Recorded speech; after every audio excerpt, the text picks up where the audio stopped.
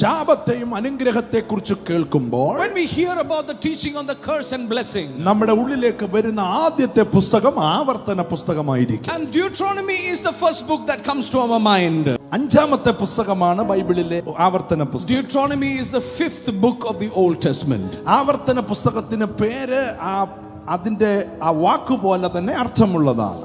Deuteronomy means the repetition of Moses has already said. അതെന്താണ് ആ പേര് വരാൻ കാരണം? What is the reason Deuteronomy was named Deuteronomy? മിസ്രൈമിൽ നിന്ന് ജനം പുറപ്പെട്ടു. When the Israelites were coming out of Egypt, 30 ലക്ഷം പേരുണ്ടായിരുന്നു. 30 lakh people left Egypt. Okay, 6 lakh പുരുഷന്മാരുണ്ടായിരുന്നു. 6 lakhs of people, of men. അതിനകത്തുള്ള സകല പുരുഷന്മാരും 20 വയസ്സിന് മുകളിലുള്ളവർ മുഴുവനും മരുഭൂമിയിൽ മരിച്ചുപോയി. All of the men who were about 20 years were destroyed in their wilderness journey. രണ്ടു പേര് മാത്രമാണ് മോശയോടൊപ്പം ശേഷിച്ചത്, പുറപ്പെട്ടത്. ആരൊക്കെയാണെന്നറിയാമോ?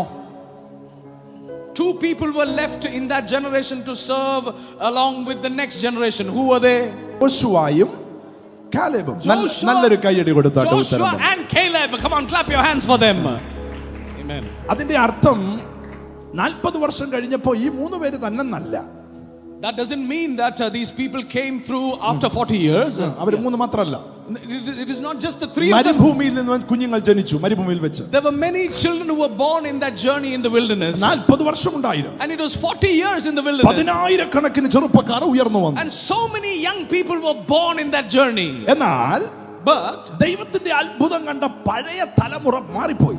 Most of the old generation who saw the hand of God had passed away. ഉടനെ ദൈവം ഒരു പദ്ധതി ഉണ്ടാക്കി. So God made a statute, a law. മോശയോട് പറഞ്ഞു, and he told Moses, ഞാൻ നിന്നെ പുറപ്പെടുവിച്ച സംഗതികൾ ഈ തലമുറ അറിയണം.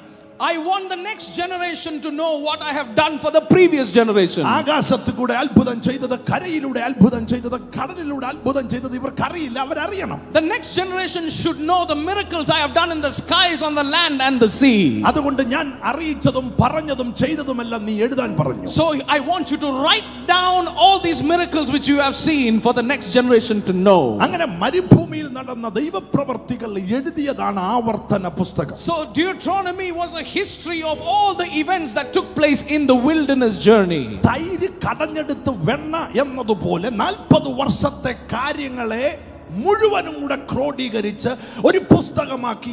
അതിന്റെ പേരാണ് ആവർത്തന പുസ്തകം. Like a cream that comes out of the milk is the essence of the book of Deuteronomy. ആ ആവർത്തന പുസ്തകത്തിൽ in the book of Deuteronomy അനവധി പ്രാവശ്യം പറഞ്ഞിരിക്കുന്ന ഒരു പദമാണ് ശാപവും അനുഗ്രഹവും. Many repetitively this topic, this theme of curse and blessing is mentioned. പ്രത്യേകിച്ചും especially 28-ാം അധ്യായത്തിലാണ് അതിനെ പറ്റി പറയുന്നത്. especially chapter 28 of Deuteronomy. ദൈവം എന്നിട്ടൊരു കാര്യം കൂടെ പറഞ്ഞു. And the Lord said something in Deuteronomy. ആവർത്തന പുസ്തകം 30:19 പറയുകയാണ്. Deuteronomy chapter 30 and verse 19 says, ഇത് ശ്രദ്ധിച്ചു കേൾക്കണേ. Please listen carefully. ജീവനും മരണവും അനുഗ്രഹവും ശാപവും നിങ്ങളുടെ മുമ്പിൽ വച്ചിരിക്കുന്നു. This day I call heavens and the earth as witnesses against you that I have set before you life and death, blessing and curses. എന്നതിന് ഞാൻ ആകാശത്തെയും ഭൂമിയെയും ഇന്ന് സാക്ഷി വെക്കുന്നു. And I call heavens and earth as witnesses against you.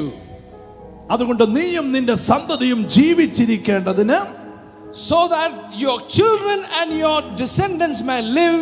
Now choose life. യഹോവ നിന്റെ പിതാക്കന്മാരായ അബ്രഹാമിനും ഇസഹാക്കിനും യാക്കോബിനും കൊടുക്കുമെന്ന് സത്യം ചെയ്ത ദേശത്തെ നീ പാർപ്പാൻ തക്കവണ്ണം നിന്റെ ദൈവമായ യഹോവയെ സ്നേഹിക്കുകയും. അപ്പോൾ ശാപം അനുഗ്രഹവും ദൈവം വെച്ചിട്ട് പറഞ്ഞതുണ്ട്, ആകാശവും ഭൂമിയും ഞാൻ സാക്ഷിയാക്കി വെച്ചിരിക്കുന്നു. God kept curse and blessing before the people and said, I keep heaven and earth as witnesses before you. Amen. Amen. യേശുവിന്റെ കാൽവറി മരണം കഴിഞ്ഞതോടെ ശാപം മാറി എന്ന് വിശ്വസിക്കുക മാത്രമല്ല, അത് പ്രാപിക്കുന്നവരുടെ മേൽ അത് വെളിപ്പെടും.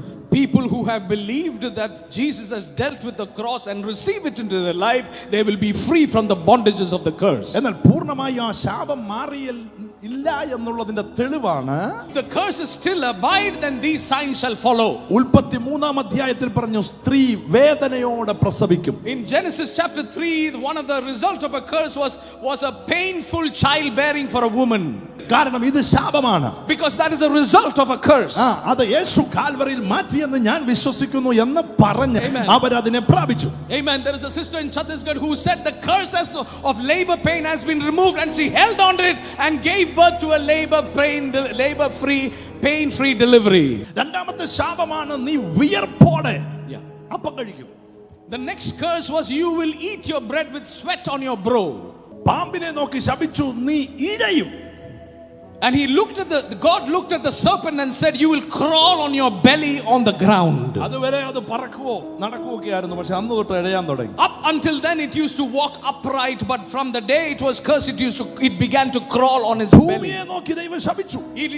God looked at the ground and he cursed it. മുള്ളും പറക്കാരയും മുളയ്ക്കും. He said thistles and thorns will come out of you. കാര്യങ്ങളെല്ലാം കാണിക്കുമ്പോൾ ശാപം മാറിയിട്ടില്ല. So all these things, if it still persists, it shows that the curse is still at work. എന്നാൽ ഒരു good news. But I have a good news. വെളിപ്പാട് 22:3 പറയുകയാണ്. In Revelation chapter 22 and verse 3, യാതൊരു ശാപവും ഇനി ഉണ്ടാകയില്ല. In Revelation 22:3 says, from now onwards there shall be no more curse. അതെപ്പോഴാണ് സംഭവിക്കുന്നത്? When will that happen? യേശു തന്റെ സഭയുമായി 1000 ആണ്ട് വാഴ്ച നടന്നു കഴിയുമ്പോൾ ശാപത്തെ ഇവിടുന്ന് തുടച്ചു കളയും. After the millennial reign of Jesus and his church on the earth, then there shall be no more curse. അതിനു മുമ്പ് നടക്കുന്ന മറ്റൊരു സംഭവം. And there's another event that happens before that. വെളിപ്പാട് 21:1 പറയുകയാണ്. Revelation chapter 21 and verse 1. ഞാൻ പുതിയ ആകാശവും പുതിയ ഭൂമിയും കണ്ടു. പുതിയ ഭൂമിയും കണ്ടു. I saw new heavens and new earth. ഒന്നാമത്തെ ആകാശവും ഒന്നാമത്തെ ഭൂമിയും ഒഴിഞ്ഞുപോയി. The first heaven and the first earth has moved away. നിങ്ങൾക്ക് മനസ്സിലായ ആ വാക്യത്തിന്റെ അർത്ഥം? Did you understand what the verse says? പണ്ട് ശാപം എസ്റ്റാബ്ലിഷ് ചെയ്തപ്പോൾ ആകാശത്തെയും ഭൂമിയെയും ദൈവം നിർത്തിയിട്ട് പറഞ്ഞു ഇവർ ഇതിന്റെ സാക്ഷിയായിരിക്കും. എന്നാൽ ശാപം മാറിയപ്പോൾ ദൈവം പറഞ്ഞു അതിനു മുമ്പ് ഞാൻ ആകാശത്തെയും ഭൂമിയെയും മാറ്റിയിരിക്കുന്നു. In the beginning he said, he called the heavens and earth as witnesses and presented the blessing and curse. But now he removes that witness, heaven and earth, and he has presented a curse-free life on earth. ആകാശവും ഭൂമിയും മാറ്റി. The old heavens and the old earth was removed. പഴയ ആകാശവും പഴയ ഭൂമിയും മാറ്റി. The old heavens and the old earth was removed. എന്നിട്ട് ശാപമില്ലാത്തതിനു മുമ്പ് ദൈവം പുതിയ ആകാശത്തെയും ഭൂമിയെയും കൊണ്ടിട്ട് പറഞ്ഞു ഇനിയും ശാപം അവർക്കുണ്ടാകയില്ല. And after the millennium he created the new heavens and the new earth and said, now there shall be no more curse. അപ്പോൾ നിങ്ങൾ പറയും പാസ്റ്ററെ അതുവരെ ഞാൻ സഹിച്ചിരിക്കണോ? So you are asking me, pastor, am I still under a curse until then? No. ഈ അന്തരീക്ഷത്തിൽ നിന്റെ കുടുംബത്തിന്റെ മേൽ അത്ഭുതങ്ങളെ ചെയ്യാൻ അവിടുന്ന് ഇറങ്ങി വരികയാണ്. This morning you can be free from every curse in the name of Jesus before this service ends.